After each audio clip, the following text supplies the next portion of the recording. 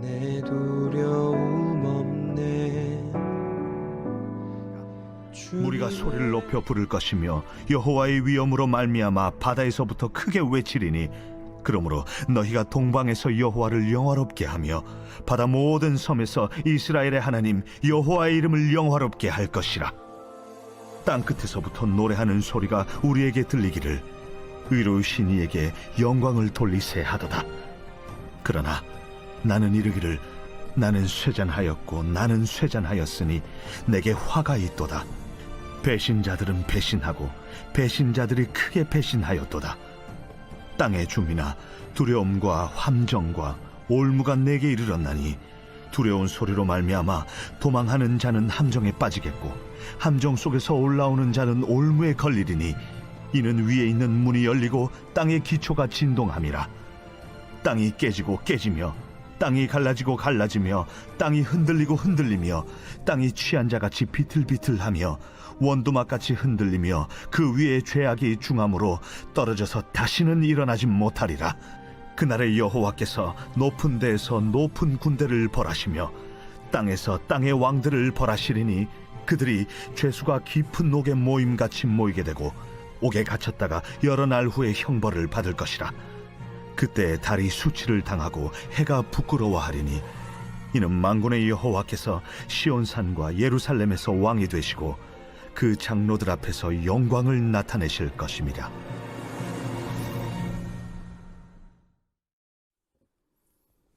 할렐루야. 이제 아침 저녁으로 조금은 선선해진 느낌이 납니다.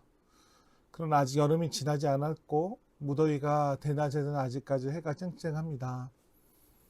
지나가는 많은 태풍과 여러 변수들 속에서 건강 잘 챙기시기를 축복합니다. 오늘 말씀은 이사야 24장 14절부터 23절까지 말씀입니다.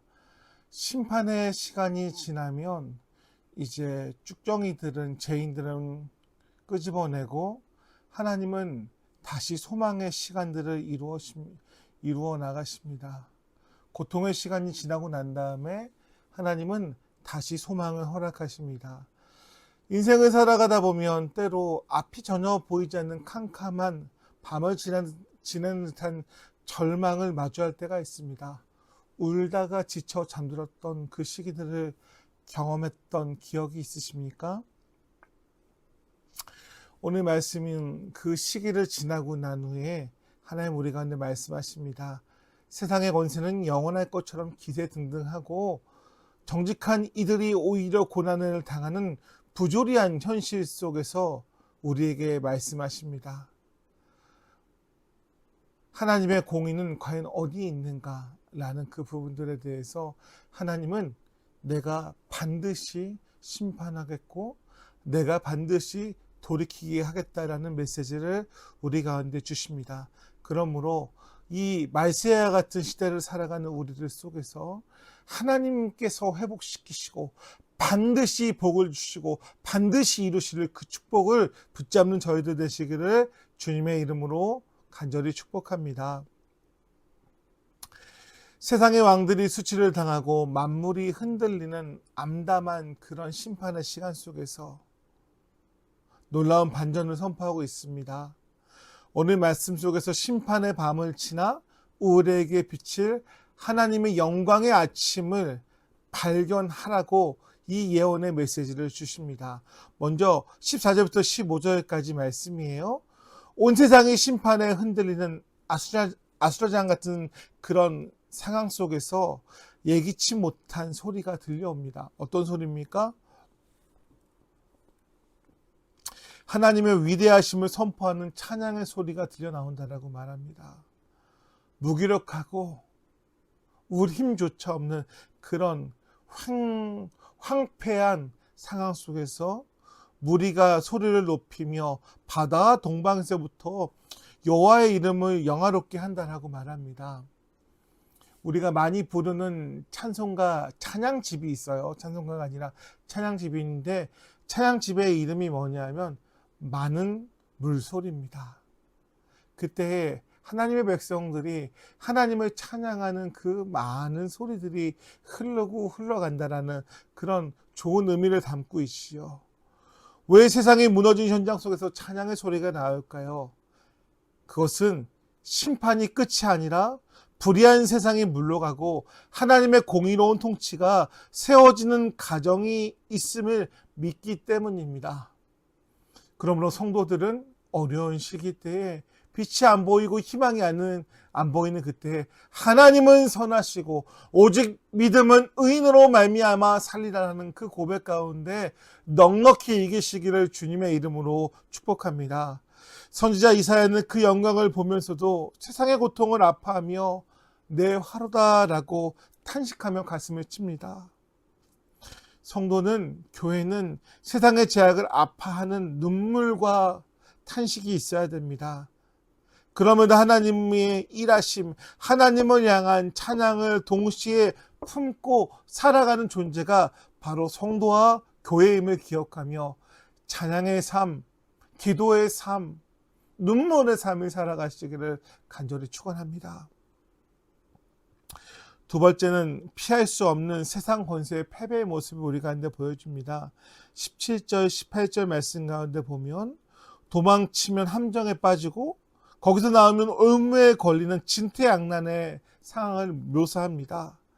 땅은 술 취한 사람처럼 비틀거리고 인간이 쌓아 올린 제약의 무게를 이기지 못해 무너져 내린다라고 얘기합니다. 우리가 정교하게 쌓아 올린 성공의 탑, 안전장치들, 그 모든 인간적인 의지는 하나님의 진노의 날에 아무런 보호막이 되지 못함을 우리 가운데 얘기합니다. 찾아오는 슬픔들, 돈이 많다고 몸이 건강하다고 그럽니까? 정신적으로 찾아오는 압박감들, 우리가 감당할 수 없는 것들 얼마나 많이 있습니까? 이 세상의 기초 자체가 흔들리는 심판 앞에서 인간이 의지하는 것들이 얼마나 헛된 것인지에 대해서 오늘 성경은 우리 가운데 얘기하며 오직 하나님을 주로 삼고 하나님을 의지하며 그분을 붙잡는 자가 복됨을 얘기합니다. 오늘 우리 감화교회 성도님들은, 한국 교회와 교인들은 복받은 자들임을 기억하며 하나님 앞에 하나님으로부터 소망과 회복되시기를 간절히 축복합니다. 23절에 보면 땅의 모든 권세가 무너질 때 만군의 여호와께서 시온산의 왕이 되시며 영광을 나타낼 것임이나 라고 얘기합니다.